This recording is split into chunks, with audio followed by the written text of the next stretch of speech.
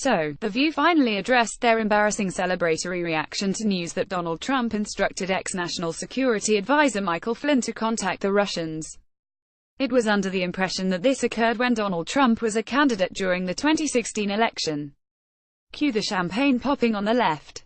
Here's the smoking guns, right? Nope. ABC News' Brian Ross, who reported on this story, botched it. It was President-elect Trump instructing Mr. Flynn to establish your usual connections with foreign governments from a new incoming administration. If Mr. Ross' name doesn't sound familiar, he was the guy who reported that the 2012 Aurora shooter, James Holmes, might be part of the Tea Party movement.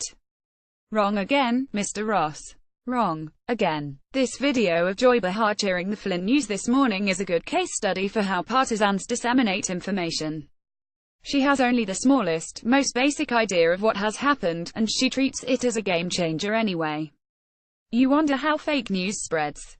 Watch pic.twitter.com Name2K2, Ruthless T. Firefly at Beckett Adams December 1, 2017. It took several hours for ABC News to correct their shoddy report that tanked the markets last Friday. It was also the day where The View's co-host Joy Behar jumped figly over the erroneous news. Well, today's episode was a bit more measured via Media ET. On Monday, Behar started out by saying, "So on Friday's show, apparently I was guilty of premature evaluation." The co-hosts of The View discussed the botched report and how careful journalists need to be in this current political climate. Guest co-host Anna Navarro said, "He clearly made a mistake. He's paying the consequences for that mistake, and I think it's a good standard. Now, it's the same standard I'd like to hold the President of the United States to." Meghan McCain was particularly bothered by not just the celebratory reaction, but also said, "I don't want to sit on a show where I feel like we're giving fake news or reacting irresponsibly." So, Brian Ross is getting December off for totally screwing pooch on the scoop of the century, tanking market, lying, calling it a clarification. Mary Catherine Ham at Hammer December 2, 2017. Sure, please lecture me more on the damage Trump's stupid tweets can do. Pic.twitter.com says 10 Mangy 39. Stephen Miller at Redstees December 2, 2017. Anxiously awaiting the correction that Joy Behar will read on air Monday morning. Pic.twitter.com A few Caln, Dagan McDowell at Dagan McDowell December 2, 2017. I was promised treasonous collusion with Russia to steal an election, not diplomatic groundwork by an incoming admin. Molly at Hemingway December 2, 2017. If we want to regain trust in the media, we need to admit our mistakes, especially when as consequential as this. Retract. Correct. Don't use weasel words to describe it. https://t.cogefearvac4eve Jonathan Swan at Jonathan Swin December 2, 2017. Great job, fellas. Really first class. It's been what, 7 hours or so?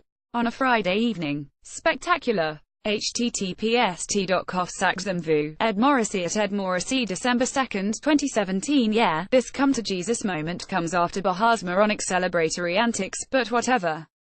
Ross' error is once again a reminder for why people don't trust the media and why they hate the media. Also, and Stephen Miller of Fox News noted this, for all the talk about Trump's Twitter use and how it could usher Armageddon, Ross' report actually inflicted economic damage, so we might want to revisit that talking point as well. Trump's Twitter is not the only thing that can cause a ripple effect.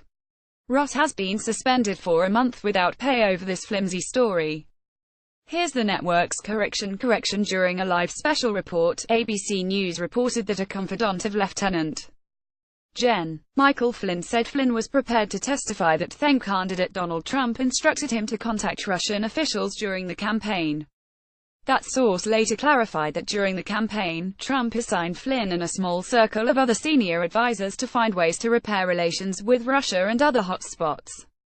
It was shortly after the election that President-elect Trump directed Flynn to contact Russian officials on topics that included working jointly against ISIS.